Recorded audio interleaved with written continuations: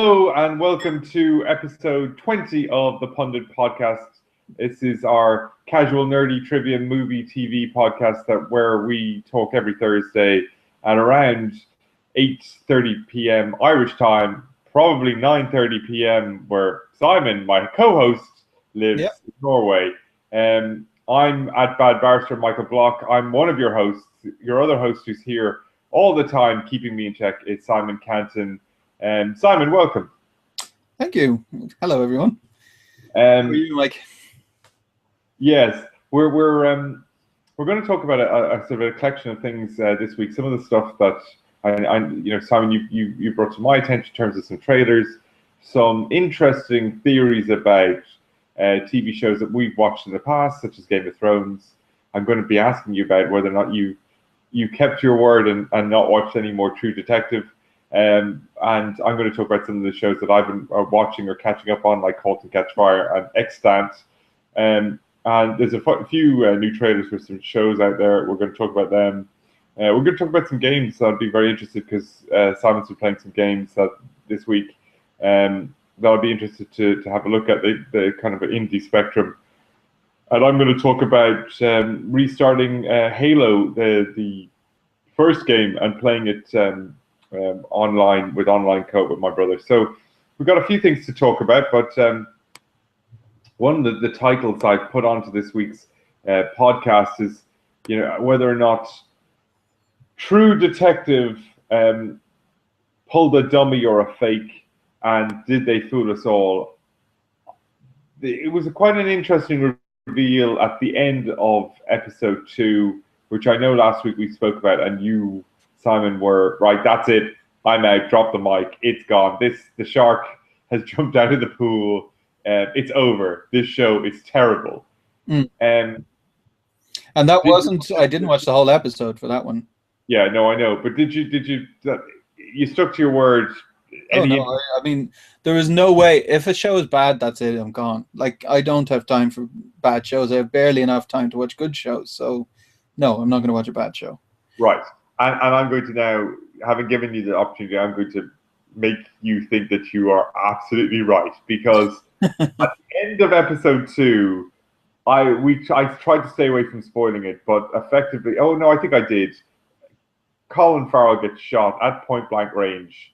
He turns around, gets shot in the stomach. And then at point blank range, you see him on the ground. He gets shot again in the stomach. Episode 3 opens.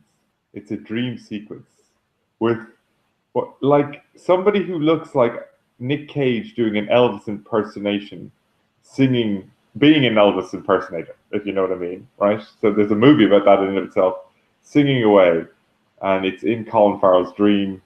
Was he dead? Is he alive? He sees his father.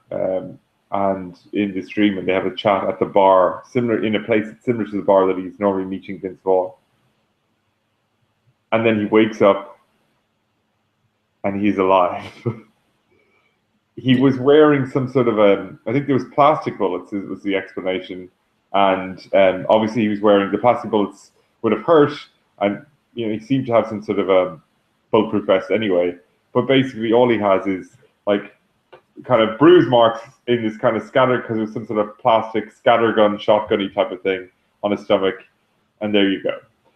I'd say if you'd even stuck out the second episode, and then you saw the first 5 minutes of the third episode, again the mic would have been thrown out the window. The TV could easily have been thrown out the window at the same time, and going, "Oh my God, they fooled me again. This is bullshit." Now you were sensible enough, and you didn't get involved in that, but. Is this the kind of stuff you're like, yeah, I'm out? I mean, like, this is why I stopped. Well, I read something interesting during the week, which I think may inform things a lot. And that's that it was the same director. It wasn't a writer-director. It was the same director for the whole first season. I forget what his name is. And they said that Nick Pizzicato, or whatever his name is, the writer, is really uptight and controlling. And he didn't like the director, who was very kind of laid-back, surfer dude kind of guy. And I think, and I could be completely wrong, that a lot of the good stuff that we saw in the first season was the director's influence, and a lot of the crappy ending and things like that was the writer's influence, because what can you do about the ending if there is no conspiracy or anything? It's just the obvious guy who's the killer. Well, then you can't make up an ending if the writer hasn't written it. And the director got the heave-ho because this first season was pretty successful. And now the second season is, I mean, I've seen one episode and 10 minutes of the second, so I can't comment on the whole thing. But so far, it was pretty poor. So I would guess that the next thing the director does would be very interesting to watch. But the writing, I mean, a director can almost salvage some bad writing in some cases. The same as an actor even can salvage some bad writing in some cases if they really pull out all the stops. Like they can ham up a performance like Boondock Saints with William Dafoe, for example, which was not very well written, but Willem Dafoe was like, okay, well, I'm going to chew the scenery like crazy and, you know, make this a good movie, even if it's not a very well written movie. So I don't know. I think the director in the first season kind of salvaged it but that's complete guessing. Because it could, as I said, my other theory was that the writer just used all his good ideas in the first season and there was nothing left.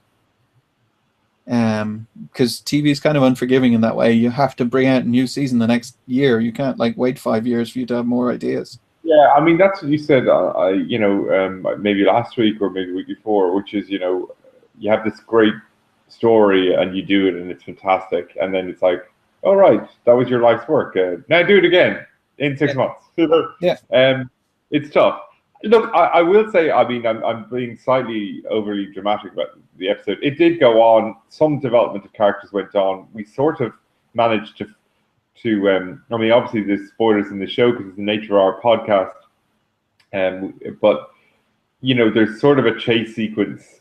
And I couldn't help but feel that there was a chase sequence which had an element of that famous sort of one-shot sequence in the middle of season one. And of course, straight away you're like, cut. And you're like, oh, okay, this is not whatever. Rachel McAdams, you know, running after this sort of masked, unidentified person that they kind of run into. Taylor Kitsch, is off on some sort of detective role separately. She's running to catch this guy with Colin Farrell, who's kind of still got some sore ribs, but, you know, this sort of thing. You know, Vince Vaughn, meanwhile, is going a bit apoplectic and people are after more of his goons. And he's basically going a bit crazy and paranoid because his guys are getting their eyes, you know, burnt out. And I suppose ultimately the thing is, who's after me? You know? So he's kind of losing a little. He's just very much on a knife edge. So yeah, interesting. Again, very little's happened in terms of plot development. It doesn't have that warm interest of characters where even if you weren't interested in what was going on a crime-solving basis in the first season, there was so many interesting nuances to the characters, you know, that you're like, I want to find out about, you know, Dusty or, so it just, I'm watching it. I'm going to stick with it because, you know, I will. 7 hours more in the season. 7 hours of your life you won't get back. Yeah, well, you know, hopefully it's a long life, so I won't regret it too much. But I mean, we'll see. We'll see. I mean, so far, it's fine. I think the point is there was such, and I think this is the point you've made. There was a very high standard and filmic standard, you know, in terms of the performance and the writing and what the story is all about. And in fairness, you know, if all parties aren't acting at that same level, you know, it's very hard for the actor to make, you know, I mean, I'm acting the shit out of this, but all we are three separate cops trying to solve the same murder, all of us with slightly different agendas or slightly different dark sides, you know, everyone seems to have a dark past to this torture thing. It does seem a little bit of almost like a writer's construct. Okay, get them all together, and in order for the investigation not to go well, so that we can have pitfalls, we have to make sure all of them have some, weakness that we're going to exploit throughout. It's almost like, it's almost too contrived. But so It, far, going through, but not hugely impressed, and certainly doesn't have the warmth of character and roundedness of characters. Like with Woody Harrelson and Matthew McConaughey, to be honest, you almost were like, this is quite a specific show, but these characters are so cool. If they were just doing a weekly show, like a Magnum PI with these two characters as the leads, okay, it wouldn't be the same standard, but they'd certainly be interesting enough for you to keep, just simply, watching that character develop. well, I mean, I was going to make the analogy. It's like a chef. So an actor is like a chef, and the writer is like the guy who's getting the ingredients. So if the guy getting the ingredients gets rotten food, no chef in the world can make that palatable. Yeah. But if the writer even gets remotely competent ingredients, then a great actor or a great chef, to torture the analogy, can turn that into something amazing. And I just feel, as I said in the last episode, that the writing is just not up to the standard it was in the first season. And whether the director had the influence on the writing, or whether, as I say, he had all of this stuff stored up for years and then that was all his good ideas, I don't know. But it just, after one and a bit episodes, it felt like, well, this is just weak, and no actor in the world can make this good. It may just even be, to be fair to the individual, it may just be the overall concept. It's just not as strong. That everything is just a little bit down, a little bit like, it's just okay. It's just even just down to silly things like the way LA is shot. Excuse me. It's just not as interesting. And I think you discussed that last week. Before even the scenery itself was a character. Here it's like, okay. This kind of reminds me of Colin Farrell when he was in Miami Vice, and I never even watched that movie. So, but anyway. I mean, going back to season one just for a second. Well, why not? Rust had such a strong arc. I mean, you saw Rust in the 90s, who was like this do-gooder cop, and then Rust at the end is like this I don't give a shit about anything cop, and it's a massive arc. Whereas these guys start out bad. I mean, what are we meant to do with that? That's exactly what I say about concept. The whole concept was like, I can't remember. It's a year ago. You start off. It's a camera interview. So straight away the audience knows nothing about this show, and it's like, okay, is he a criminal? Is he a witness? Is he a cop? And you work that out fairly quickly. And he's being interviewed, and you're thinking, what did he do wrong? Why is he being asked? Maybe he didn't do anything wrong. It's in a cold case, and they're whatever. And you see him, and you realize that's somewhere near now, although it wasn't present day. And then you get the flashbacks. So far, this series is completely different. There's no such, and also it was very clear that it was kind of a story told through the prism of two individual cops' eyes, partners' eyes, right? Whereas here, the only similarity is that there are three different cops, but actually the show isn't through any particular one's eyes. It's just a show where there are three cops, right? Yeah. And okay, the beginning was a bit of a fake, where you see this flashback to Colin Farrell dealing with what was clearly a terrible domestic abuse, sexual assault against his wife, and him obviously, although you don't see it on camera, trying to get some sort of retribution or getting somebody else to do that. And again, that kind of wasn't fully completed, and I suspect in a very trite way that will be brought up at the end, and it'll be a switcheroo. It wasn't exactly what you thought, but actually the whole conceit of looking back in time, which was one of the most interesting things about season one, is completely absent. It's actually quite a standard cop show. Yeah. And actually, so conceptually it's not doing a lot different, and it's not up to par, and it suffers by comparison.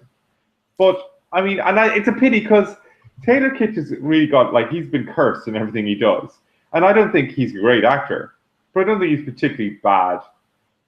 But I'll leave it as this. Colin Farrell can be brilliant. I mean, he can be given the right stuff, and Rachel McAdams can be very good. And this is definitely it's like departure from some of the kind of rom-commy stuff she's done before, more famous for. And she's capable. She's got good comic timing, and this is definitely not that kind of a role. And she's doing that. Fair play to her for that.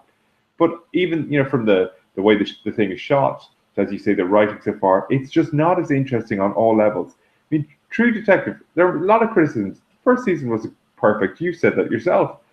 But what you would say is it did things different that drew you in and said, I'm going to try a new series. And there was always something, even if you didn't like it, there was always something to say, fair fucks, that was a little interesting. Okay, there may have been something that was a bit twee or a bit, happy, clappy, rappy, upbeat sort of stuff. And that does happen. But it wouldn't dissuade from what was, by and large, a good quality show for loads of reasons. Directing, pacing, acting, dramatic, some tension. So far, there hasn't been tension. It's just kind of like, what the hell's going on? I'm sure I was thinking, what the hell's going on at some parts of the first season. But here I'm just like, I'm actually just a bit confused. And not really because there's anything complex going on.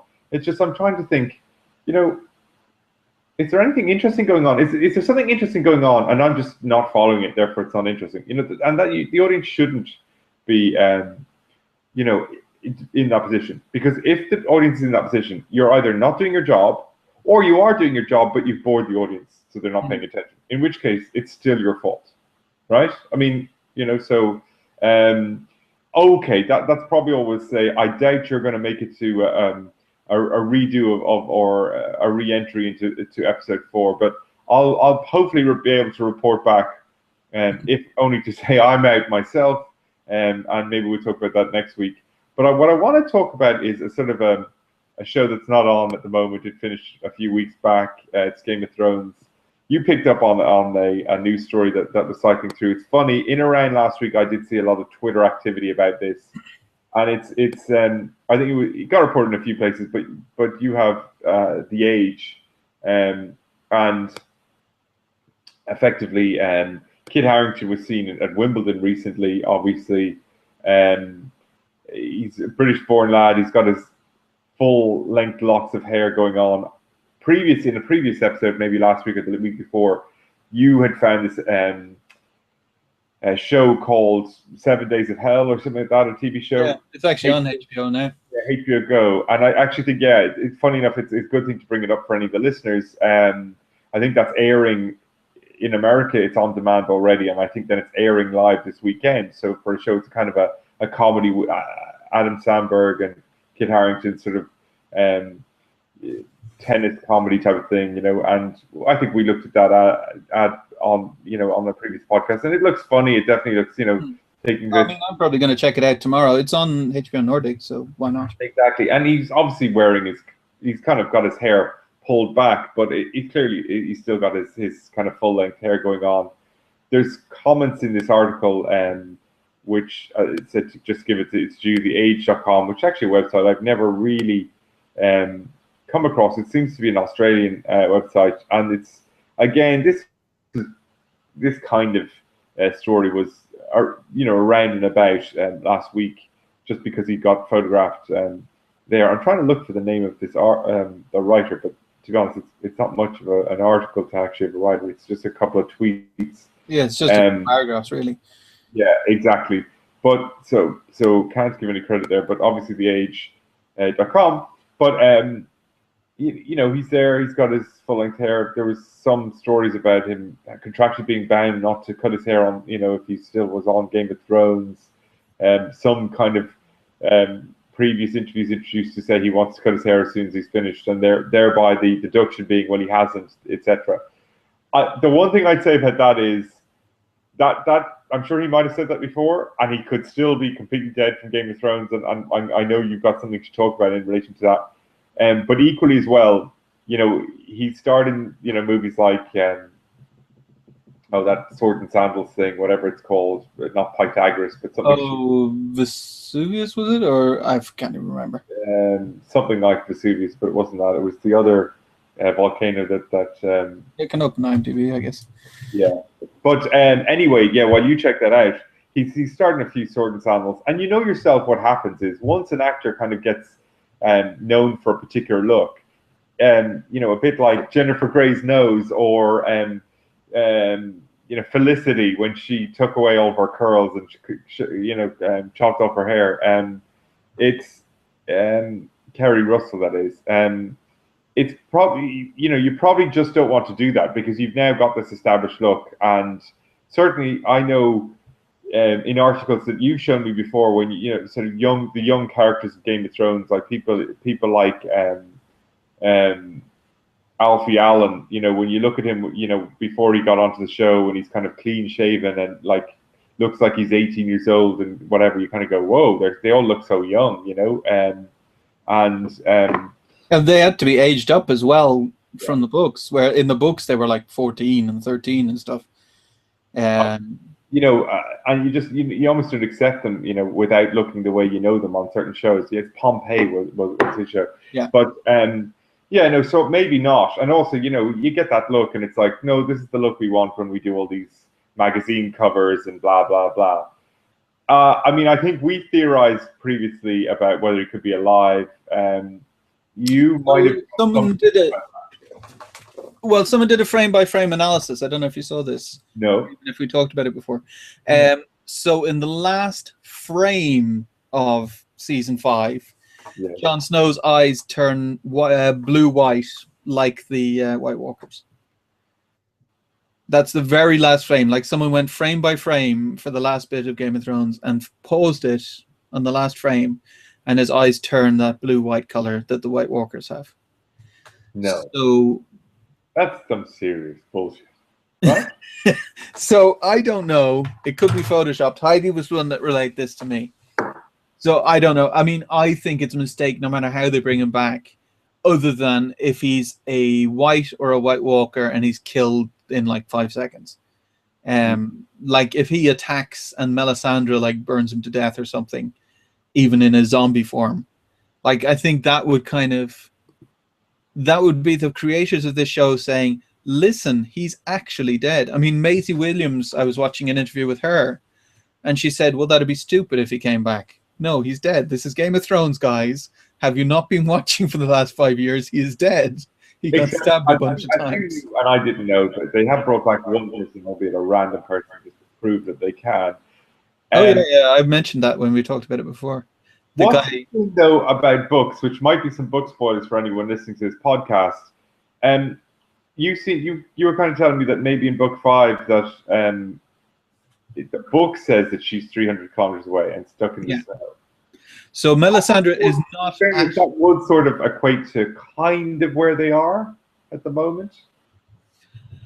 Yeah, I mean, the book, they're going to deviate more and more from the book because the book now for the next season doesn't even exist. I mean, George R. R. Martin may come out with it at the end of the year, but that's too late for them, who are filming next month or the month after.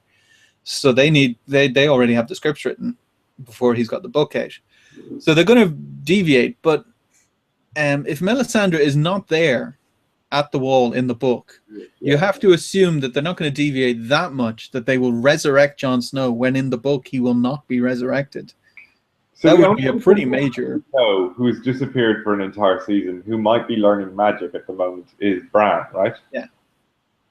And that just like, so cue to check it out. Cue to episode 1 of the next season. You know, Bran and his merry men are walking through, you know, the woods. It's snowing. Well, not walking. Well, traveling. Hodor is walking. Hodor's doing the walking. Yeah, exactly.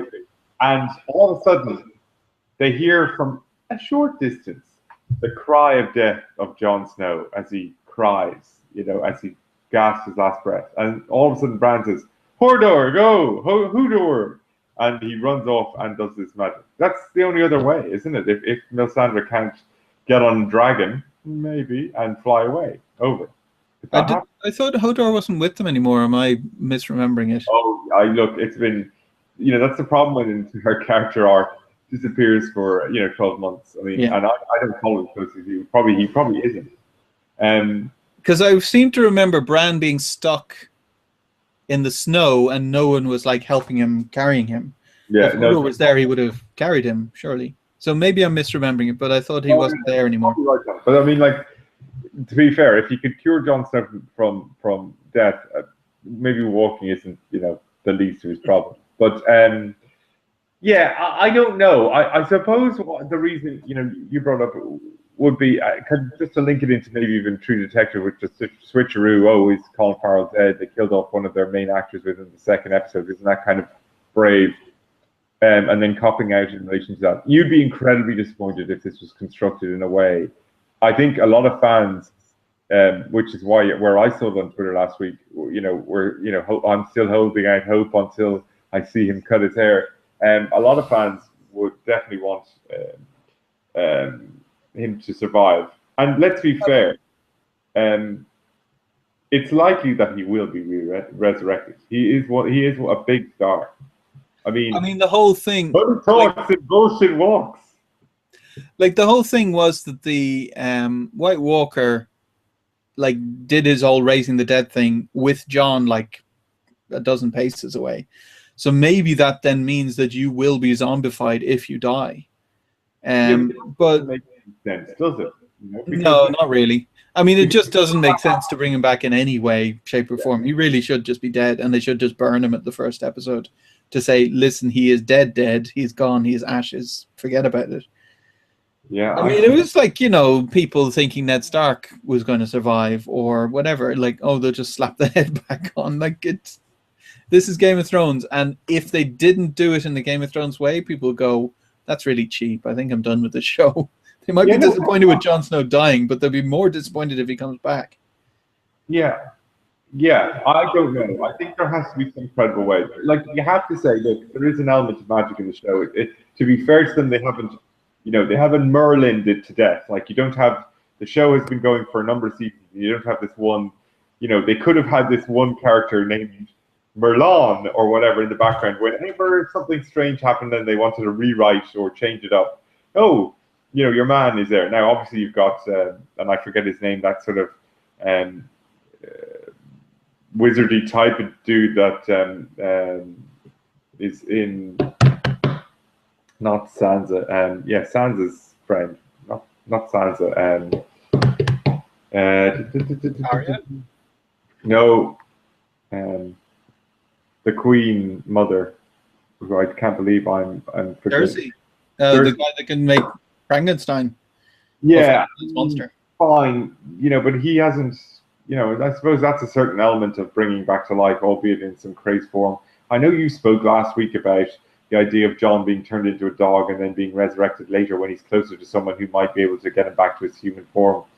To be honest, you see, that'd be like that Tim Allen movie where he gets. No, totally. To be honest, if they did that, I'd be like, that's worse. That's worse. Because I could accept a situation where he's in the opening season, next season, somebody comes along and patches him up, and he almost dies, and he spends 4 months recovering in a witchery barn where they apply ointment and shit like that. But he's weak. I mean, you see, look, we've all seen that. He did that before, like when yeah, I mean, he shot him with like 6 arrows. He like rode to Castle Black and survived. But I thought even that was pushing it. I thought he was dead then. Like you don't get shot by that many arrows. And you're like, I was cheering for that shit. I always thought Jon Snow was boring. Like, the interesting characters are not the ones that are just Dudley Do-Rights. Like Ned Stark, Heidi she only started in season 5, so I've been rewatching season 1 with her. I bet she started watching because she liked Kit Harington then. No. I don't know that she fancies any of them, but I think Kit Harington would not be her style. Huh? That's just what she tells you. No, I mean, I can tell when she fancies someone. Yeah. We've been married for like 20 frickin' years or something. I can tell when she fancies someone. I can tell you, Heidi is going to watch this podcast and go, yep, Michael was right. Michael's right. No, not Kit Harington. I can imagine she fancies someone else in the show. Who? But I don't know. Hodor, I doubt it, Simon. You think it's Hodor, but in reality... Hodor. But she hasn't seen the scene where Hodor is running around naked yet. Maybe you should change your mind when that happens. But anyway, what I was going to say was Ned Stark is such a boring character. Like when you're rewatching it, I've seen the first season maybe 4 times now. This is probably the 4th time I'm watching it through. He is so deathly dull he's a Dudley Do-Right who just runs around going, honor, honor, you don't do that, that's honor, honor. Like he's almost like Hodor. All he shouts is honor all the time, and you're kind of I look forward to him dying. Like the guy that's my favorite characters, I'd say at the moment, are Varys, the bald guy, and Tyrion. I mean, everyone's favorite is Tyrion. Because they're smart, like they're good people, but if someone said to them, listen, you need to kill this innocent person in order that 100,000 people can survive, they go, oh shit, I really don't want to do that, but okay. Whereas any of the Starks would go honor, other than Arya. I think Sansa at this stage might go, okay. Like she's been through so much shit, she'll go, yeah, that's fine, okay, I'll kill that person. Yeah, you showed me that. Yeah, I thought, yeah, it was particularly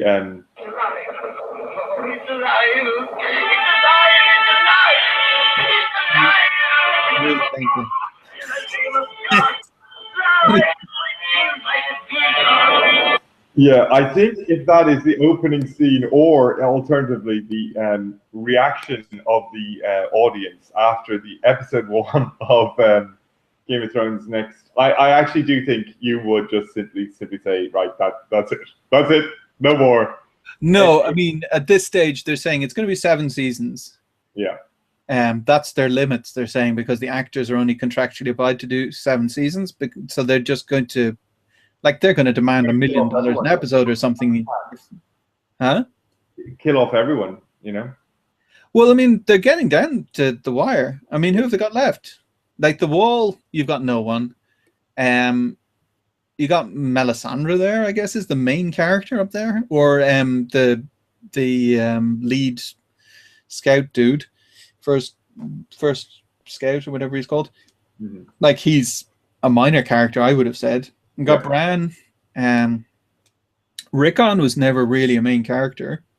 Like we haven't seen Rickon for ages, and I don't know that he really counts. Arya, I'd say, is the main character. Tyrion, Varys, Daenerys. In terms of the overarching load of characters all on the playing board, if you were to sort of take a risk kind of analogy, it's definitely whittling down to some, if you're only talking about important people or people who've got a lot of screen time, there isn't a lot left, in terms of being able. Before, you see, it was a very wide, war ground, or if you like, risk board, with a lot of moving pieces, all of whom you may not have had a lot of time. But then again, at the beginning, you hadn't had a lot of time with any particular character. But then you started to get to know them, and just as it was starting to get all, oh, I like him, or I like her, or he or she is interesting, people got slain. But it was early enough that, things are going on. But, once you survived, a bit like Peter Dinklage when he sings that song about having survived the longest, you know what I mean? Which is great, that musical they did with Coldplay. Once you survive that long, you are in dangerous TV territory where you just can't do that to an audience. That may not be right, but at some stage you can't, unless the series is finishing.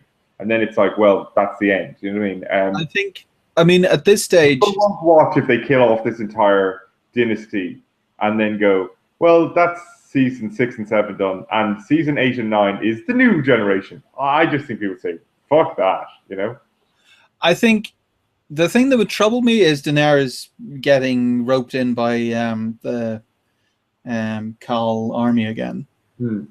That's kind of a sidetrack where they're already on a sidetrack where she's trying to organize the city and everyone's going, the 7 Kingdoms is the interesting bit, go over there. So hopefully they rescue her pretty quickly and then go, listen, enough of this crap over on the other side of the world, let's go take the 7 Kingdoms. That would then make it them against the Lannisters, and with the White Walkers coming in as well, which would be kind of, you could see that as being 2 seasons to wrap things up. Sure. But if they start going on sidetracks, I don't know how they can wrap it up in 2 seasons. I just don't, like, in a satisfying way. Like if they did what they did at the end of season 5, which was put too much into the end, like, you know, have a lot of wishy-washy stuff we don't care about, and then in the last 3 episodes go, oh shit, we've got no time left, let's do everything. Yeah. That wouldn't be very satisfying. And if they did that with the whole season, they went, oh, we've only got 3 episodes left in the whole series, let's throw everything in. So Daenerys takes a boat, she goes over there, she fights the Lannisters, then the dragons go, and the White Walkers come, and then they have a big battle, and then they do this, and then they do that. Then people go, this was the worst show I've ever watched in my life. Yeah, I also think as well, although it's more of a practical thing, you know, look, some of these guys will go on to have good careers. But actually, as we all know from the history of TV and cinema, the truth is, nothing to do with talent or whatever, but the truth is, some people will come out of the show and will translate to other things. And some people will always just be a Star Trek person, like Brent Spinner. Everyone loved him as Data, but like, and he's gone and done other shows, but really his career never took off, or whatever. You know, very few people, people on, that was a huge show at the time, you know, Star Trek: The Next Generation, and no one went on. You know, so that was a huge. Okay, it's different times. TV is much more important these days, or at least respected. But you know, that spin-off didn't work for anybody other than Patrick Stewart, and he was already a respected actor, albeit not somebody hitting the big time. But you know, he went to off the X-Men and stuff like that. Like, he went on to propel his career. The truth is, somebody like Kit Harington might play, but then again, Pompeii was some big show that kind of, I'd say, a few people saw some sort of a Michael Bay-esque type of movie, etc. There's no reason to think he's going to be the next, you know, British Keira Knightley, you know, who takes off, you know, from, you know, whatever. And Maisie Williams, no reason to think she won't. No reason to think she will. She's done a few. The only reason I was going to say, the only reason I think Maisie Williams will be a bigger star than the rest of them is because on social media she is incredibly smart. I don't know if it's her or agent, but she's very personable. She's very friendly, and she's on all the right things. Like, she turns up on these gaming podcasts, she turns up on these different things, and she's getting her face out there. She was on the Teens React, obviously, which has, I don't know, have a million subscribers, and like, she's the smart one, I think. I think, look, don't get me wrong, I think actually, to be honest, it's a very talented cast. I think one of the biggest things you can say is, you know, they took like Lena Headey, right? And she's been around a little bit and stuff, and she's done a few films here and there. And to be honest, she's always been regarded as a very good actress. You know, the fact that, you know, they didn't make box office glory in all of the films they've ever been in, etc., as you and I both know, is total rubbish. You know, there's plenty of actors who've done that, had solid careers, and they never were recognized, you know, for the stuff they could do. I mean, just look at Steve Buscemi, you know. He's had an amazing, varied career, and sometimes he's only known as the crazy guy and the wedding singer, etc. But like, look where we all first met him, Reservoir Dogs, you know. And you know, so these guys, I actually think, if you look at Game of Thrones, there's a huge amount of acting talent there, and the casting directors have to be commended, because a lot of these people were not named deliberately so. Dinklage has obviously got rave reviews for almost all of the work he'd done prior to that. You know, the bigger names, indie stuff. I mean, other than Elf, like Station Agent's really good, but it is a small. Like, great, but I just think he has so much charisma, in something like Station Agent, which I think is a brilliant movie, and absolutely, like, I think it should be a movie that everyone should watch in their lifetime. But do you know something that's funny actually from season 1? Dinklage is blonde in season 1, like a Lannister blonde. And that's obviously been phased out over the series because he doesn't really want to dye his hair or something, because he ain't that anymore. Like, you go from season 5 to season 1, you go, geez, he was really blonde. That was quite funny. I thought, actually, funny enough, you're right, but I thought actually this season they touched him up a lot with highlights. I don't know why, especially when he was in Dorne, or not Dorne, when he was overseas, you know, but maybe that was just a lighting, you know. It might have been. I mean, it just, for me at least, it was striking how blonde he was in season 1. Well, you've been rewatching the shows, you see, this is the thing. But no, but I think actually they did a great thing. You know, Charles Dance is a great actor, has been in loads of things, you know, so obviously he's a big name, but big name in a different context. But all I would say is this: you look at Emilia Clarke, she's in this Terminator Generations or Genesis, right? I actually, as I said, I think we mentioned about this previously, I think that film was panned before anyone saw it anyway, which is just the internet age. You know, somebody didn't like. Well, it was the trailer was very bad, but I mean, I'm just going to look it up. But the last time I checked, the ratings for Terminator Genesis on MDB were very positive. Like See, it was the point there is, yeah, but 7.1. totally, but it's the way the media work on, especially on the internet now. Like they talk about, the internet like keyboard warriors being complete like loons, and they are. But so are the people often on these websites, because they're the same people who say we shouldn't jump to conclusions, but they're the same people who put the clickbait headlines going, this trailer is awful. They haven't even seen the movie. They created whatever. They're on podcasts or on articles, having not seen it, already going, yeah, I don't have a lot of time for this movie. So you are effectively selling down a product, before you've even seen it, and that has an effect on the audience. And then straight away you wonder why the first headline is, disappointing sales. What, in comparison to what you earned this week? Well, disappointing. It only cleared 4 million. Okay, it's not great or whatever, but like in the great context of going up against Jurassic World or some other box office, juggernaut. But and of course this once this story collects itself, it's all a story to kind of disencourage people to actually go to the show that's still in the cinemas. And then they're worried, why does no one go to the cinema anymore? Because actually nobody's telling us that so everybody's so cynical and anti-movies, like it's just crazy. Well, I mean, I think to be fair, there's a lot of bad movies these days. There are. I mean, I'm not saying like Jurassic World, and that's why they should be reviewed properly. These guys get early review copy, so they should definitely restrain themselves. Oh, I mean, like a lot of them have stopped. Talk about trailers being shit. Talk about, however, you see, they can't. It's a bit of a rant I'll have, right? They can't have it both ways. When it's a good trailer and everyone's going wild about it, that made me want to watch it. Then they also say, yeah, I really love that trailer, it's brilliant, but I bet all the best things are in the trailer, right? And then the corollary is it's a shit trailer, and it's like, oh, this movie's shit. And it's like, maybe they fucking listened to what you were talking about, and actually the stuff that's in the trailer it's obviously shots from the movie, but it isn't telling you the fucking entire story in 2 minutes.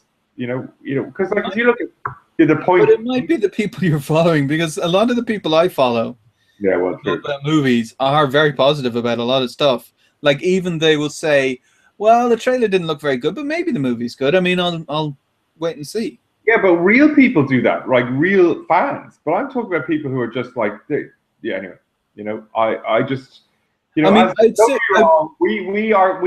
think, we've had the Point Break trailer on before, and we looked at and went, and maybe we kind of caned into it a lot, and people are entitled to their opinions. So I'd love to go back though and listen to our podcast. And and see where we're at. I think if our criticism wasn't so much that it was bad, but the necessity of the remake, if it was only going to be shot for shot, and that there seemed to be lacking of charisma. But I mean, if we were hard on that, I would say, look, we probably should have at least stressed, we'll look at the trailer. But I think my big concern but there is a difference. I mean, I would say that for that Point Break trailer, it looked atrocious. Now, we're saying it's atrocious, but if we have said plenty of times, I don't know, it looks okay. Like, we're not saying this is atrocious, this is brilliant. Like, that's the problem on the internet a lot of the time. It's 1 star, it's 5 star. It's never like 3 stars. I think we've said plenty of times, this looks okay. I mean, maybe I'll check it out, or I'll see what the reviews say, or whatever. I think if we were just saying this is bad, this is good, then that's a valid point, but we're not doing that. But as I say, I don't follow people who just say this is the best thing ever, this is the worst thing ever, because that's not, it's the same. If you go to Amazon and you think you're buying something, you look at the 3-star review, because the 3-star review is the guy that says, hey, these are the good points, hey, these are the bad points, and this is why I think you should buy it or shouldn't buy it or whatever.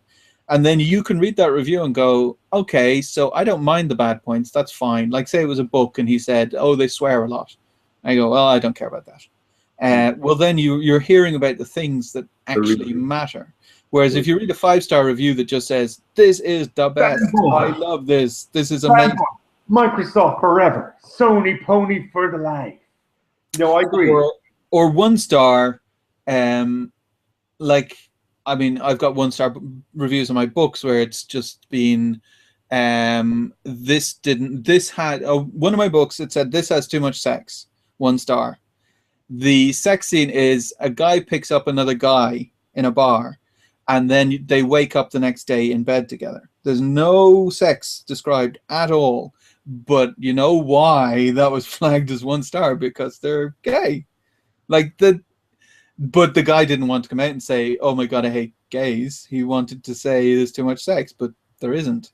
Like, so you can't look at 1 stars, you can't look at 5 stars, but you can look at 3 stars because they tend to give you a reasonable review. Well, I know you've experienced that, like having sort of sold stuff on Amazon, and it's probably well worth it. I certainly think you're right. The two extremes rarely get an unbiased view. One thing I'd say is if we went back and looked at when we were looking at some of those trailers, particularly Point Break, something I know we were both unimpressed by. One thing I'll say is we just, we would have had a discussion, and I think most of the discussion, even on that, would have been around. This seems so similar in the story plot of the original, and if it's so apparent then that it's not better. Like if you make a shot-by-shot remake and then do a trailer shot-by-shot remake of a film, you've put yourself into a why the hell would I do this unless it is so much better. And that was not my problem with the Point Break trailer at all. I mean, my problem with the Point Break trailer was that it seemed to be putting in things just to appeal to teenagers. Well, yeah, like it was very young guys, whereas in the original, I mean, Patrick Swayze was not young at the time. I don't think he wasn't like old, but he was like in his 30s, I'd say at least. It was all like extreme. This is extreme. You should love this. This is extreme. Like that was my problem with it. I think it's going to be terrible. Our discussion for this, which was really a love for that old movie that we saw when we were younger. It's a good movie. It is. And actually to kind of remember it and go boom, boom, boom. And I know I kind of fished out a copy of it somewhere. So, that's a good thing. Anyway, we better move on because that rant caused by me is taking way too much time. Just a few bit of news items kind of we move on. San Diego Comic-Con is starting in the States today. It's actually the shows will be starting now. There's the Nerd Machine are doing a lot of charity sort of stuff with panels. And there's a couple of, like, if you go to IGN or you go to Polygon or any of the usual sort of websites dealing with video games or TV stuff, you'll get all the lists. There'll be a lot of live streams going on. IGN are doing a deal with the Nerd Machine, who are Zachary Levi of Chuck fame and the New Heroes. He does a kind of a charity thing, Operation Smiles, to raise money for cleft palates, kids with cleft palates. And you've got a lot of panels there with people like Nathan Fillion and Yvonne Strahovski, all his mates. Basically, you'll have a bunch of things all week. It won't just be Zachary Levi, but other things will be panels. Star Wars panels is going to be stuff from Xbox. It's going to be sort of gaming stuff, Telltale, all of their games. Mostly there's going to be a lot of Star Wars news and sort of panels and bits and pieces coming out. I know that they're getting the voice acting from the Telltale Walking Dead series, and they're going to do a live reenactment. And I know they did that before for Star Wars at the Star Wars Celebration, which is quite impressive. It's quite good fun. Yeah, good stuff. And I'm sure it'll all find its way onto YouTube or IGN or wherever it is. And it's good stuff, just to show the kids or whatever it is. But there's going to be a lot of information on some hype vehicles, and people will be trying to sell their games coming out in the fall and stuff like that. So that's good. There'll be a lot of, I think this is obviously Supergirl will be back there, all the new shows starting to fall. And I'm sure, I know. The pilot I've already. Well, I mean, like, talk about prejudging stuff. I mean, we just looked at that and went, this is Ugly Betty meets superpowers. It is, but actually, I've watched the pilot, and it's actually not bad. It's actually not bad. It's fine. It has very much a kind of a Flash Arrow kind of thing, but it's far lighter. But then Arrow and Flash, first season of Arrow even is lighter than it is now, and Flash first season is quite light and kind of funny. And she's kind of doing that. I mean, in that show, and we'll see success of that. Obviously, there's a lot of news about Marissa Tomei is meant to be the new Aunt May and the new Spider-Man's going to be. There's going to be a little. Oh my God! How old are we? Yeah, no, I know. It's like Aunt May. Jesus Christ! When she came back in Untamed Heart or My Cousin Vinny, but I know. It's We're terrible. 40. This is 40 for us, okay? But yeah, she's going to be there. It's going to be a very young Spider-Man. I think it was Tom Holland, or something like that, as an English actor, was mentioned. I don't know if any of that's confirmed, but that's some of the news that came on this week. But again, really just as a sort of passing thing, San Diego Comic-Con's out there. There's going to be a lot of stuff on the web, particularly the weekend. It'd be great, loads of hype for everybody. You know, if you don't like, even that show that was kickstarted with Nathan Fillion and Adam Turok, is it from Firefly or whatever? They did some thing called Con Men, and I think it's meant to be some sort of a TV show, movie, documentary. I'm not quite sure. Con men obviously being convention men, because that's a lot of what they do now, because they obviously had huge careers in shows like Firefly, etc. And obviously Nathan Fillion's back in the Halo universe in for whatever. So a lot of good content online to watch over the next week, I'd say, and people should look out for that. Just in terms of staying on TV, I've kind of caught up with most of the episodes of *Halt and Catch Fire* except for one, and again, really good show. Really interesting to see them concentrate on the software side and, you know, online games, even though at that basic 80s thing, and some of the dramas that are coming through and some of the difficulties, you know, the sort of women in the workplace. You know, some great acting by Kerry Bish. Actually, all the acting here, Lee Pace, Kerry Bish, some of the sort of stuff that's going on is Mackenzie Davis, Scott McNairy. It's just really good show. Again, just want to commend it to everybody to check that out. *Halt and Catch Fire* if you can catch it in your areas. And something else. Well, while you're looking, Armada came out, which is the new book by Ernest Cline, who did Ready Player One, which I know you're planning on reading sometime next decade. I keep carrying it. It's somewhere here. It's here. I just, you know. You have to actually open it. You know, there's words inside. It's got that fresh feel. It's like, you know, oh, it smells new. But what struck me is that so he's traditionally published, and because that was such a major phenomenon, that first book, that his next book cost $20 to buy on ebook. Like, it's not like a paperback, it's an ebook, it's an electronic file, costs $20. Jesus Christ. Yeah, but in 2 months it'll be cheaper. That's the internet. In 2 months it'll be down to $15 or something, and then in a year it'll be down to like $10 or something. But $20, I mean, they're really going, okay, this is incredibly popular. How can we gouge our customers? Sure, but you know what it's like, Si. If you got a thing, you have to maximize, because, you know, they loved your first one, they might not like your second one. So you got to make money in the second one, you know? and you know yourself how underappreciated it is, and how much I mean, like, you know, you're giving away all of your work, your life's work, you know, to produce season 2 of Who, True Detective, and just think, thank God I cashed in. You know, that's all they're thinking. I cashed in, I got all my money for season 1, now I can write this pile of shite. I mean, I'll never work again in this town. So I better. I don't know, but I would say that most people, I'm not saying all people, but most people in a creative field like that are looking to make the best, most entertaining thing possible. I mean, and the money is secondary. And like, if someone said to me, listen, you could make these really, really great books and you'd only get like $100,000 a year or something livable, or you can make complete shite and you can get millions, I'd make the really good stuff. I mean, I don't know that everyone is like that, obviously, but I don't think people deliberately set out to make trash. You know, they wanted to be worthy. At some stage, it may be just necessary to put something out, to put some bread on the table. But, like, you know, it's the same with video games or even movies, you know? I mean, everyone's got a standard. Like, sometimes people go, look, I'm not trying to make Citizen Kane here. But, like, but they still want it to be the best thing that they think they can make, you know? But even I mean, it's the Robert Rodriguez versus Quentin Tarantino thing. So Robert Rodriguez is of the opinion you make as much stuff as possible, and whatever you throw at the wall, maybe some of it sticks. Whereas Quentin Tarantino's thing is he wants someone who's browsing around, like some kid 50 years in the future is browsing TV or whatever, internet TV, and he watches one of Tarantino's movies, and he goes, oh, that was quite good. I wonder if this guy's got anything else. And he watches another of Tarantino's movies and go, oh, this is really good. And that there isn't a dud, no matter which one he picks. Like, out of Tarantino's movies, I don't think there's a dud movie.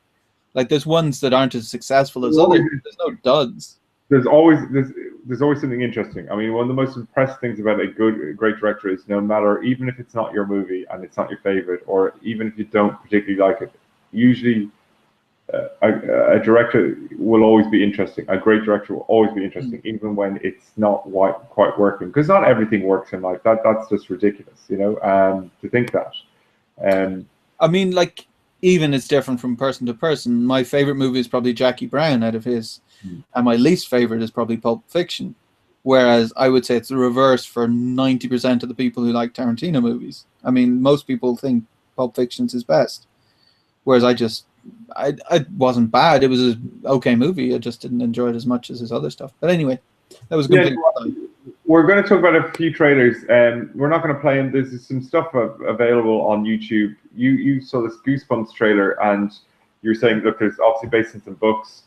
It reminded me a lot of Jumanji. You know, I mean, just it's got that kind of kids-friendly sort of thing. There's some secret thing. Jack Black's in it.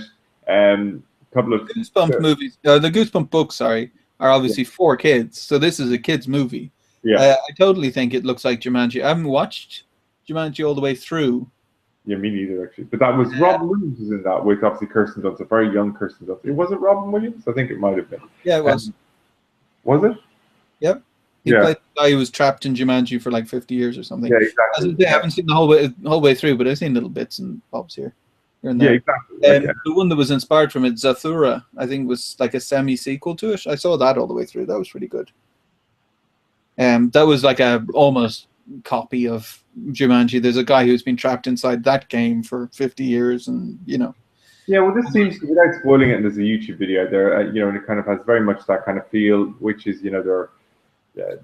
But the jokes were funny. That was of animals or creatures into the real world via sort of a, let's call it the Secret Garden type of a plot line, but I mean, like the thing is, it's obviously aimed at a different age group from us. Like the main characters are 15 years old or something from the looks of them, and they're probably 25, but playing 15. No, but it's a new trailer. It looks interesting, and certainly it's something that would certainly be children friendly for a younger audience. Just slightly on a different thing, although I'm sure it would probably not be a more serious film or totally serious. Is this film trailer, which I think I'd seen something about before, but wasn't hugely on my radar. It's this Bridge of Spies trailer, which stars Tom Hanks, who's. So it looked kind of dull from the start of the trailer, and then it picked up. I thought, like it looked like it was just going to be a boring courtroom thing. Yeah. And then it got interesting. Like it was going to be some negotiation kind of courtroom thing, and then I was like, "Oh, this is interesting. Did this really happen? Is this based on a true story?" It's kind of got to do with, without giving too many spoilers away, it's kind of some of the stuff that's contained in the trailer. Something about agents, this Cold War period, agents for America and the U.S. have been captured on various sides of the border. There's specific secrets in relation to spy programs, and they want to negotiate a trade, and that trade is going to take place somewhere in neutral territory in Berlin, neutral. Tom Hanks is there to facilitate this trade on behalf of the Americans. So it's kind of interesting. What struck me was it wasn't necessarily a story that I'd necessarily heard before about this particular trade, and obviously it's meant to be based on true events. I'm not sure quite how much that is, but I've no doubt these trades went on. Yeah, I mean, I'm sure there was. Of course they went on. I never thought that didn't happen, but I didn't know it was a story, because the way this is pitched in the trailer is that the public at large knew he was going over to negotiate. And I kind of wonder if that was correct at the time. Do you know what I mean? That seemed a bit odd to me, because. Well, in the Cold War, I mean, all information was locked down, so I don't know that everyone would know. It may have been that's how it did happen in America, because it's quite a public. No, it doesn't seem to have been such a big story here in Europe, if it was a big issue. But it certainly looks interesting, and look, Hanks is always good Hanks is always puts in a solid professional performance. I mean, I had no interest in Captain Phillips. When I saw the trailers, and I was like, yeah, this is kind of whatever. But actually, I think it's a phenomenally strong movie, and it really is just an interaction between Tom Hanks in this captivity situation, and his captors. So it's quite a personal drama. I mean, there's not loads of explosions and fancy kind of, it's just really, it could be a stage play. But there's a few actors. As going back to the chef and the ingredients, there's a few actors who can really turn almost anything into an amazing performance. Like Denzel Washington, I was thinking of it the same. Like if you see Denzel Washington's in a movie, you'd be hard pushed to find a bad Denzel Washington movie. Like even the ones that are really just straightforward action, blowy uppy things. Like Which reminds me, have you seen the Book of Eli? Yeah, I did. Yeah, that's Because you I named the one movie that's I don't want to hear about it, but I know I've been listening to a few podcasts over the last few months with Gary Wisha, and I follow him on Twitter, and obviously he wrote that, and he's obviously doing other books and comics and stuff, and he seems like a really, I mean, he's a great voice, and he speaks so well, and to me it's like, well, I've not read any of your work, but you know, there's a lot of, I like what I hear, and the process of writing and whatever, and it's quite interesting. I know you'd find it interesting, and you know, obviously he sold the script, and then some other people made the movie. So you know, whatever. But he was impressed by how much he was, invited onto set. Obviously, he wasn't, you know, at that stage. Hollywood takes over, and he got to meet Denzel, and he was kind of like joking with him, like, "Hey, is this what you thought it would be?" and whatever. But is just I'll watch it myself. But I mean, without telling me anything about the movie itself, am I getting the impression you didn't like it? No, it's not bad. Like, you know, we were talking about Waterworld last week, or the week before. It's around about that level. Like, so it's, if you can go into it with an attitude that this is not going to be Mad Max, this is just going to be a silly post-apocalyptic movie, you'll probably enjoy it. Like, it's not a bad movie. It's an okay movie. Like, the ending is kind of silly, but it doesn't really spoil the rest of the movie. It's just, as I say, like Waterworld. Waterworld is kind of overlong, and the ending again is kind of silly, but it's still not a bad movie. It's an okay movie. Yeah, no. I definitely, for you, I definitely, like I said, commend Gary Wood to you. But look, I agree with you about Tom Hanks. He's one of those actors that, you know, just very solid, and you know what you're going to get, and it's always, he's not going to phone it in. You know, he's not phoning it in. There's no way about that. But that kind of was it. It definitely looks like an interesting story. So just to kind of put it back on the audience radar and stuff like that. So you've been playing 2 games. One is Sir, You Are Being Hunted ? And you can see some gameplay. Well, no, you put in the question mark. The game doesn't have the question mark. You were like, "Oh, I don't know what this is," with a question mark. The game does not have a question mark. I see. Okay. I thought you did. But anyway, so Sir, You Are Being Hunted. And you can find some gameplay clips on YouTube. And I did, and it actually looks quite graphically impressive. And then you were also playing another game called Lisa, which looks very basic graphically, almost like. Yeah, Lisa. So that's interesting. It kind of it looks like a side-scrolling RPG kind of texty kind of thing. Yeah, Lisa, I played like, I don't know, a couple of hours, maybe an hour or more. And I just didn't enjoy it, so I'm kind of dropping that one. Sir, You're Being Hunted isn't much. I enjoyed it a lot more. Like first-person sort of adventure, not adventure, kind of searching, or what kind of thing? So it's a stealth game. So think Thief, for instance, like the old Thief games, that kind of thing. So you're either a sir or a madam. You can choose to be a madam. Who is on an island, and you've gotten there by some kind of weird device, like a kind of a steampunky kind of device. And the thing that's brought you there has exploded into 20 different pieces or something. And they've flown all over these 5 islands in this archipelago. And the 5 islands are controlled by robots who are behaving as if it's turn of the 19th to 20th century England, kind of, you know, hoity-toity, upper-class kind of hunting people. Sure. So you start the game, you have to go around and try and find all these pieces of this machine and bring them back to a central area where you can put the machine back together so you can escape. And as the robots learn that you're there, they start bringing out more and more of them to hunt you down. So at the start, there's a few guys with some double-barrel shotguns walking around, but you can avoid them pretty easily by hiding in long grass and stuff like that. And by the end, there was giant guys with sticks who are surrounded by robot dogs who can blast you to crap, and guys riding on kind of jet-powered horses who can just blast you to crap. It's like you really have the stealth really ups the ante by the end.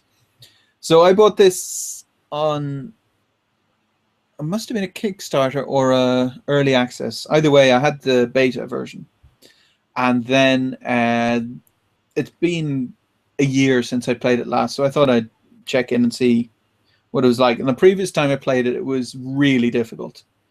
Like the AI was too smart. It would spot you from like, a mile away and start running towards you to kill you. So I wasn't enjoying it then, but it's gotten a lot better. So I played all the way through, start to finish, in about 5 hours, maybe something like that. It was a very good game, so I'd recommend it. Okay, just from my point of view, I kind of was playing two games this week, and I'm going to talk about Halo last, but the first one I want to talk about is Fable Legends. It's not out yet, it's in beta, and can't really talk too much about the game itself other than to simply say I'm enjoying what I'm seeing, and really what I want to say, because I've spoken about this aspect of it before, just because I'm in a closed beta with it, is even before I was in a closed beta, I've said to you before, this is a cross-play game. This is going to eventually come out, so it's Xbox and PC cross-play. It's going to be free to play. That's all been announced, and I'm really enjoying it. I think it's irrespective of whether I'm enjoying it or not. This is a game I definitely want to, and I've said this before, I'm just earmarking it. This is definitely a game. It's free to play, so it's free, and I think they'll they have to make some money out of it. They're creators, in fairness to them, so they'll try and I think they're going to go the Killer Instinct route, which is now coming to PC, by the way, as well, and I think that's going to be cross-play with Xbox as well. And Killer Instinct is just done in seasons, so season 1 comes in and it's just a rotating character. So every month That's the beat 'em up game you showed me.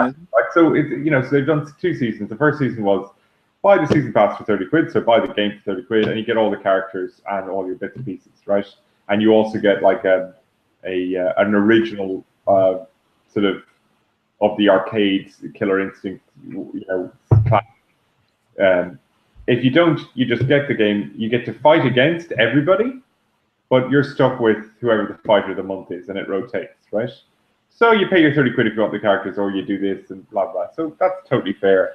And I think they're going to do that with Fable Legends in the sense that it'll be like, here are the characters you can play, and here's the classes that you have, and you're stuck with that one until next month. Or you can buy this and you can have all the characters, whatever. And I'm sure they'll sell us different characters as the seasons go on. That's how you monetize a free-to-play game. But that's good in the sense of if you don't want to put any investment into it, you can do that. But I actually think it's going to be really good fun. It's going to be a great opportunity for me to hopefully play against some of my PC brethren, the Master Race. And I definitely think it's going to be a very fun game. And it's not going to be, I don't know if you've played any of the Fable games, which I really enjoyed, particularly the original Fable on the original Xbox. But I really like that. They were adventure games with stories, and this is going to be more of a sort of a third-person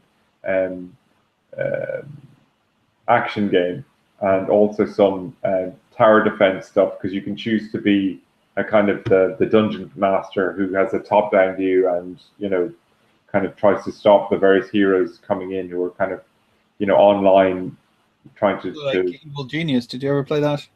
No, but I assume, is that asynchronous multiplayer? Is that what it is? Or No. I'm talking about the being a dungeon master, essentially. That you get a big hideout and then you choose what to put in it, what traps to put in it, and stuff like that. Exactly. James Bond's types keep turning up. If you're playing the heroes, it's just third person, like over the shoulder. You've got like stuff. Some have got swords, some have got like crossbows. So some are shooting, some are swords up close, some are doing other things.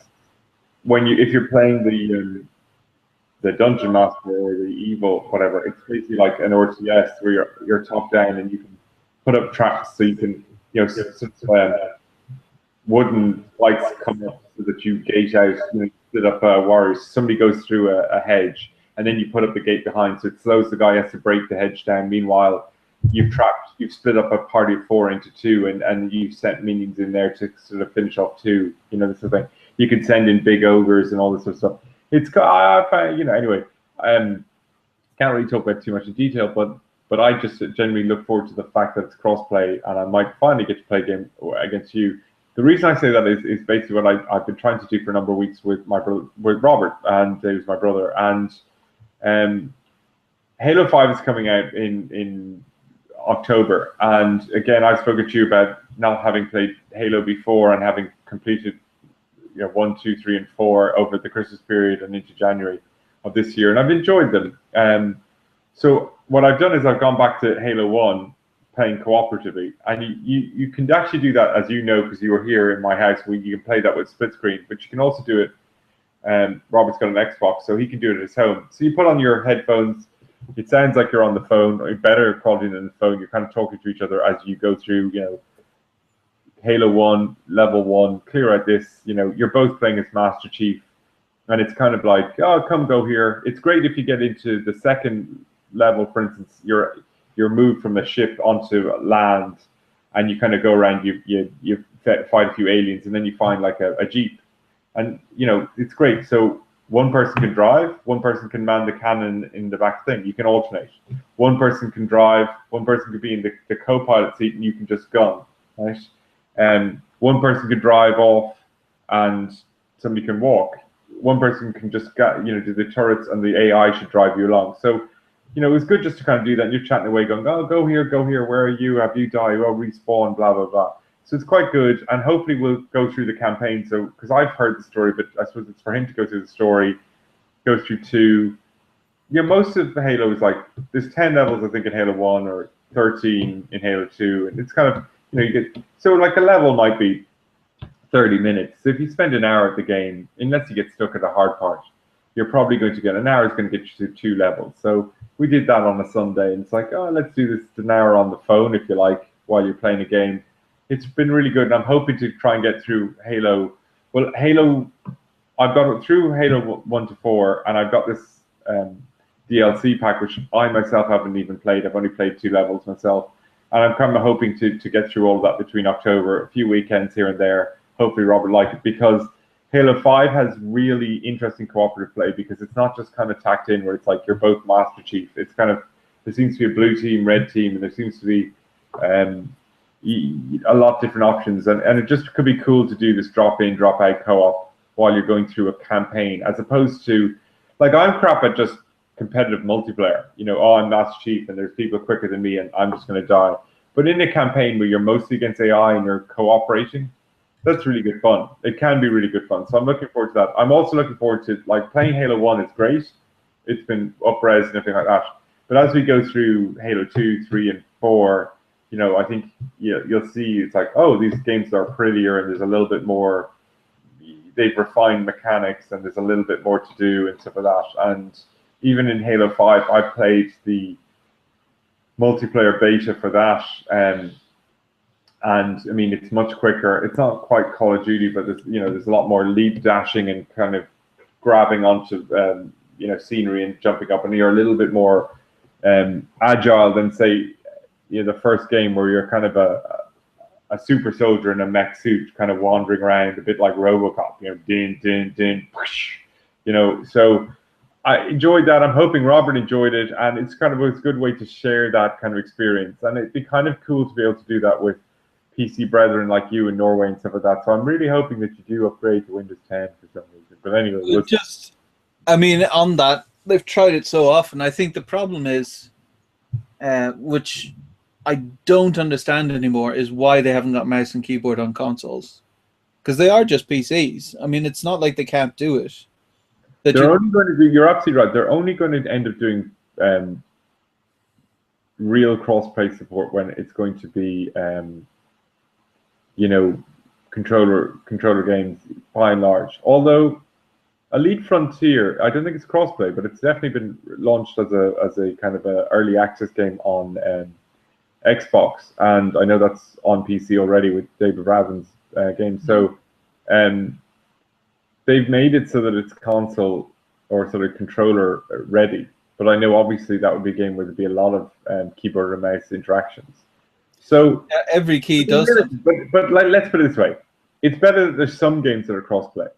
Like some games like Killer Instinct, the free-to-play model, and even Fable Legends, they're only going to survive if they've got numbers, right? And therefore, why not have Xbox players playing against PC players using an Xbox controller? Sounds like great sense. The problem, I mean, they've tried this lots of times before. Yeah. Like Shadowrun, for instance, when the 360 launched, was also on Windows, and they had to pull it in. And it was a bit of a disaster right here, but it was at least they tried, you know. But that's why I'm saying if you had mouse and keyboard on consoles, which you could do, you could have a Bluetooth mouse and keyboard. Why couldn't you? Then you can have parity of controller. But if you're talking about anything that involves Twitch gaming, if it's a turn-based strategy game or something like that, that's fine, because then the console controller does not respond as quickly as a mouse and keyboard. But I agree. anything that requires Twitch at all, anything that's real-time at all, the PC players are going to do one of two things. Either it's going to be co-op, and the PC players are going to be going, "Oh, come on, would you catch up? I'm shooting all of these guys." Or they're forced to be on control. Well, if they're forced to use the 360 controller, then you've lost PC players, because the whole point is that you don't use, like, you can have a 360 controller on a PC now, and you can plug it into, like, a platformer game would work fine with a controller. You don't really need a keyboard. Or a racing game tend to be better with a controller. Fighting games tend to be better with a controller. Everything else is better with a mouse and keyboard. So anything else you play is going to be. But at the same time, if you get the benefit of some co-op, maybe it could be good fun. Let's just see how it all works itself out. Actually, one last thing, and we may have talked about it last week. Did you see any of the footage of Doom coming out of E3? Did we talk about this? Doom? Yeah. As in the redone Doom that's coming out. What? As in the Windows 95 game? Yeah. Yeah, no, I didn't see any footage. No, and okay, well, one thing to say is we probably didn't talk about it. There's so much to talk about E3. That looks really cool. That looks really, really cool. And it's a difficult one, because Doom 3, was it, that came out in like 2003 or something, or whenever it was, 2005, something like that, wasn't fun because games had moved on. Like Doom, when it came out in 1990 something, that's what games could do. That was the limit. I mean, there was Wolfenstein, and then there was Doom, and Doom was a big leap up. And Quake obviously was it. They did the video at E3, and it looks really exciting. It's kind of fast. There's all this, just, you know, you can do this close combat where you literally rip these demons up, and you know, it's really quite cool. And you know, it is what it is. I mean, like, you know, but these are the guys who do like Wolfenstein. The new Wolfenstein is really, really good, and you know, it looks good. But I think that has a story. I don't know if the new Doom has a story. Like, yeah, Serious Sam was kind of the new Doom. Yeah. I don't know if you played Serious Sam. No, but I know of it. You know of it. That's just wave after wave of baddies.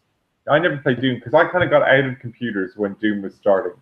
You know, not that I got out of it, but when PC and stuff like that, when you and Tim were kind of going forward in your computers and stuff, you would have more. I was out of that a little bit more at that stage, I think, you know. Like, I remember you playing Duke, I think, against me. Or maybe I'm misremembering. Maybe it was someone else. But anyway, yeah, I mean, Tim was kind of really getting into LANs and things like that, and playing Quake all the time. That was when you guys went up to college, and you know, particularly computer college, and you guys were introduced to all those games, and we really, I think I was off like cricket time, you know, but like that's kind of when I stopped playing as much of those kind of games and kind of moved a little bit towards console, or actually nothing at all. Other people in my family moved towards console, away from Amiga and Commodore and all that PC kind. Well, you wouldn't even call it PC, but it was more of a PC. It was a computer, at least.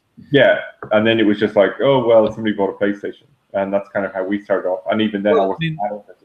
That's always what I've said, is like consoles make a lot of sense if you only want to be like dipping into a game every now and then, and you're not taking it very seriously, and it's just for a bit of fun. Like, it's the same as watching a movie or something for a bit of fun, and you don't really care.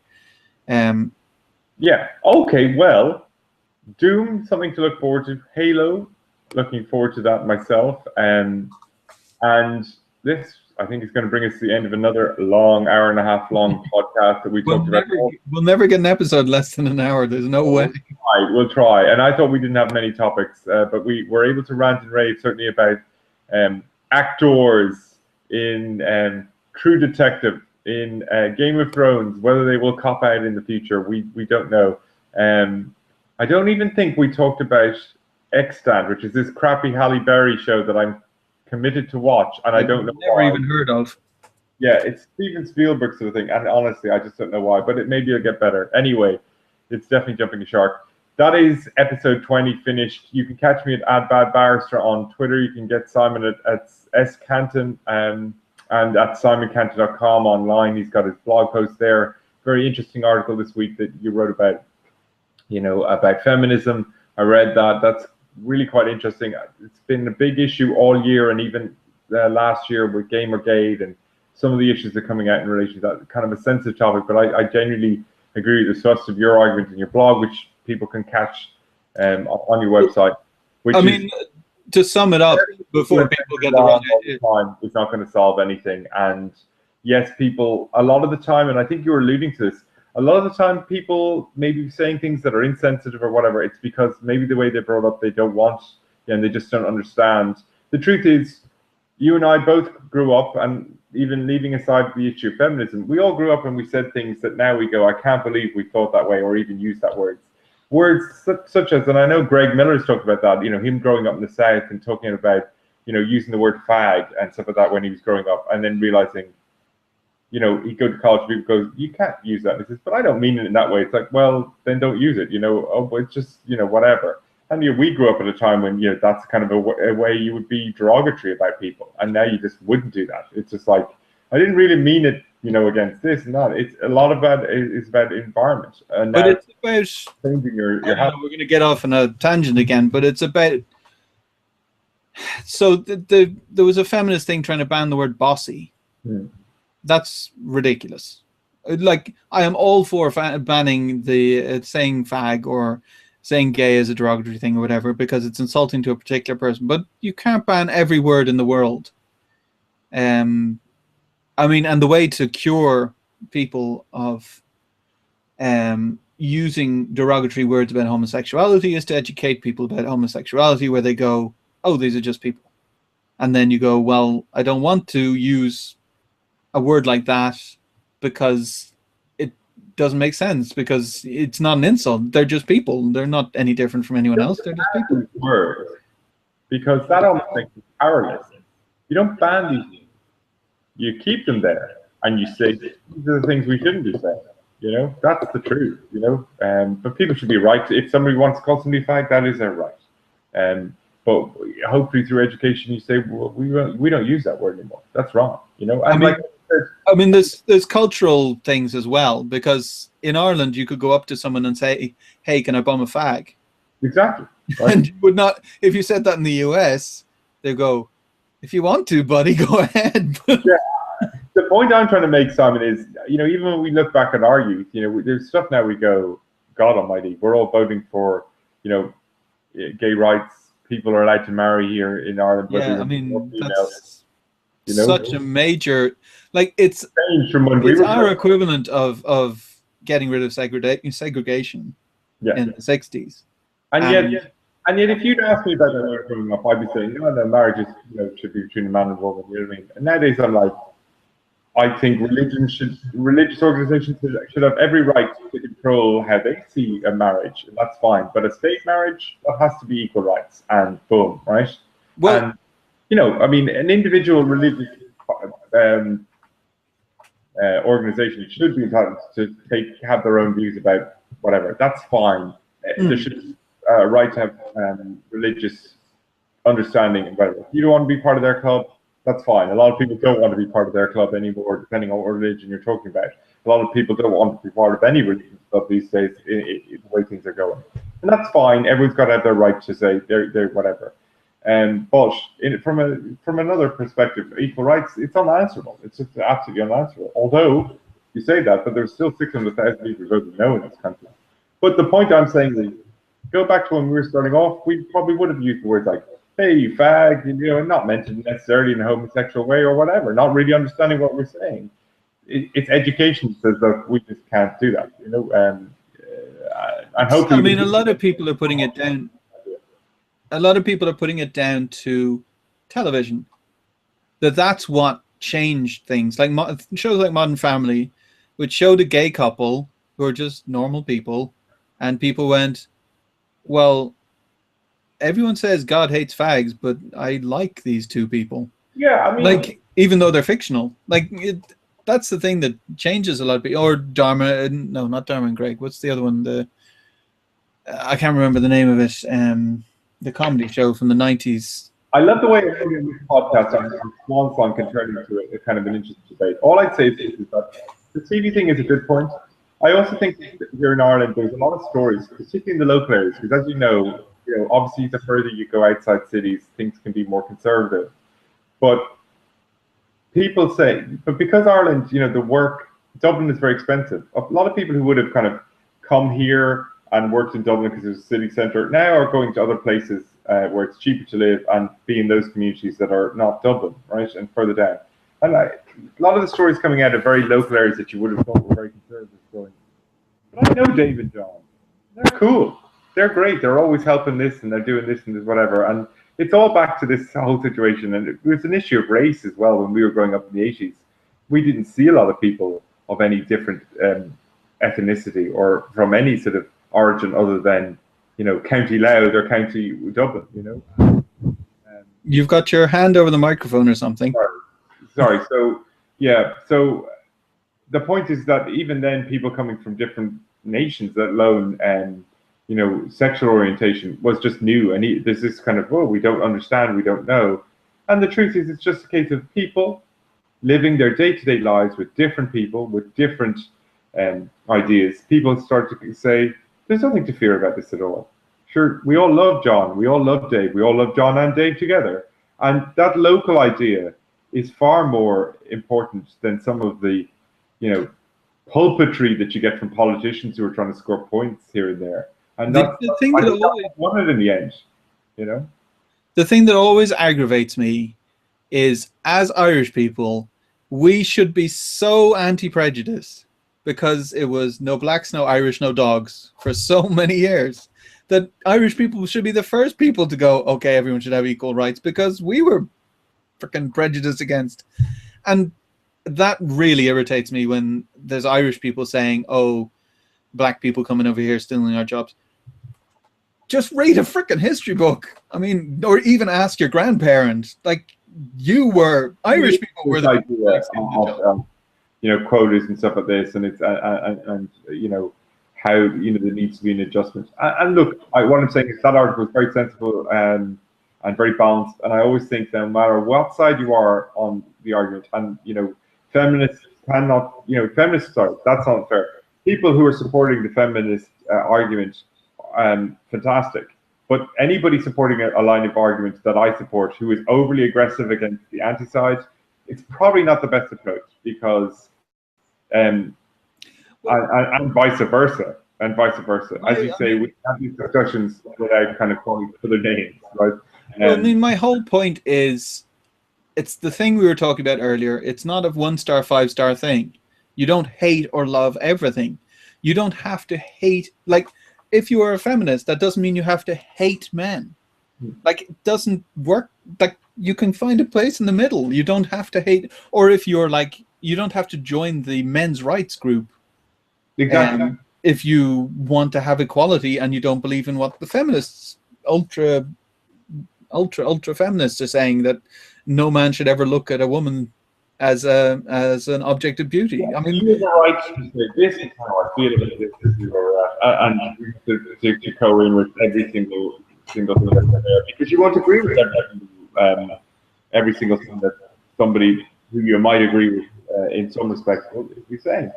In the same way as there's plenty of people say, as I said, so you can still have an idea about whether or not you want to have some religious or join to a religious organization, but fundamentally as well, you can also have different ideas, rightly or wrongly. I mean, whatever religious organization you're affiliated to may disagree with your decision, but ultimately your decision, particularly on this particular issue in Ireland, is a matter of civil rights. It's nothing to do with religion. I mean, certainly I think Ireland is moving way more towards the American model of separation of church and state. And the problem, and it comes back to what you said about the fear of the unknown and of foreigners coming in taking jobs, very much comes back to a time when we were very much church and state, as opposed to state. unknown, and that kind of fear of the unknown, and fear being the operative way. There was a kind of a message of fear. Yeah, and we still get that with other things. You say, maybe we take it away from civil rights issues and we say we shouldn't be making these decisions from a point of fear.